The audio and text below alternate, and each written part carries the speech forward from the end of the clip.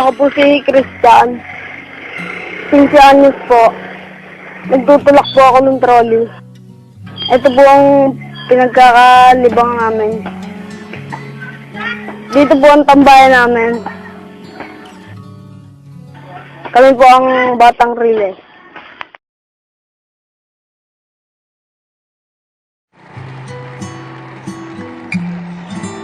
Dito sa Riles na to, nagsisimula ang araw ni Christian, isang batang nagtutulak ng trolley.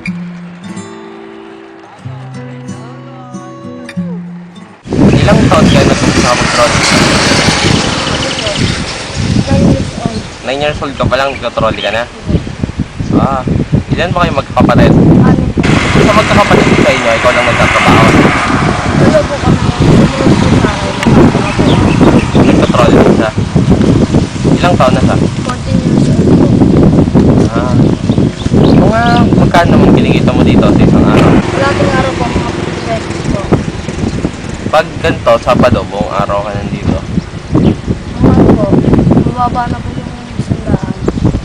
Sumaabot ka 100. Yung kapatid mo, hiwalay pa sa'yo ng trolley. Opo. So mga ganun din kinikita niya.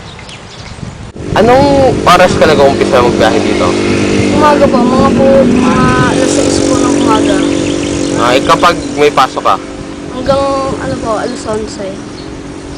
Hanggang anong oras ka nandito? Sa gabi? Sa gabi po. Ah. Pagka po yung pag-awas na po. Hanggang alas 10 na po ng gabi. Alas 10 ng gabi, nagtatrolley ka pa dito? Yung nakikita mo sa maghapon, saan napupunta yung pera mo? Pinambabaon ko po. Tapos po kapag kapag po yung Sabado, yung iniipon ko po para po pambaon sa linis. Sa kanyang murang edad, ay natuto na siyang magtrabaho para kumita ng pera upang kahit papaano ay makatulong siya sa gastusin ng kanyang pamilya.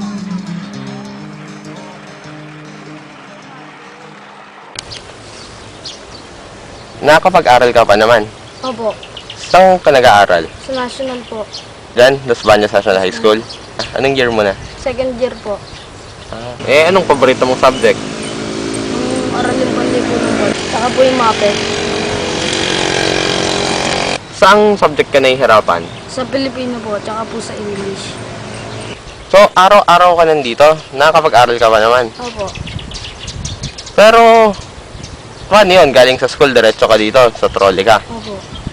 Hindi ka na nakakapaglaro masyado. Hindi na po. Kung hindi ka nagtotrolley, halimbawa, anong mga gusto mo gawin sa oras mo? So, gusto mo din talaga magtrabaho. Anong pangarap mo paglaki mo, pag nakatapos ka mag-aral? Pangarap ko po muna yung engineer po. Engineer?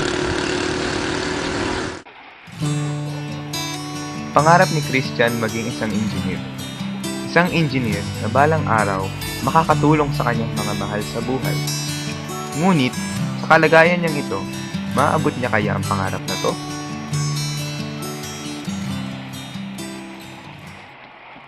Di ba nabanggit mo kanina na madami kayo sa pamilya nyo, 6? Yung kinikita mo dito, may hinahatian ka ba dun sa family mo? Kunyari, kapatid mo? Meron po yung ate ko po. Ano yung pambaon din niya? Nag-aaral din ba sila? Pambaon po. Lahat ba kayo nakakapag-aral kahit madami kayo? 4 lang po kami nakakapag-aral kasi po yung dalawa bata po po. Bata pa sila. Ano yun, yung iba mong kapatid, high school na din ba? 3 po kami high school. Tapos po yung isa po grade 1. Tapos yung kinikita mo dito, talagang sa school mo lang nagagamit, pambaon lang, ganun. Wala kang ibang gusto doon sa kinikita mo. Kunyari, pag-iipunan mo yung para sa'yo, ganun, wala. Kumbawa, kunyari, di ba ibang bata, ang gusto nila, mga laruan, nag-iipon sila, bumibili sila ng robot, ganyan, katulad mo, lalaki ka. Hindi mo ginugusto yun? Talagang nilalaan mo lang sa pag-aaral yung pera mo. Lahat ng kanyang kita ay para lang sa kanyang pag-aaral. Mas inuuna pa niya ang kanyang pamilya kaysa sa kanyang sarili. Hindi ba delikado mag-trolley? Hindi naman po. Kapag ka po yung ano lang, minsan po pag may bumabara, nagtataob po. Oh, may mga na-discussion na bang nagtotrolley dito? Meron po, madalas po. Nagtataob na po. Eh, dun sa tulay, parang delikado tumawid dun ah. Hindi ba wala namang na-aksidente doon? Wala naman po. Hindi ka natatakot magbiyahe doon?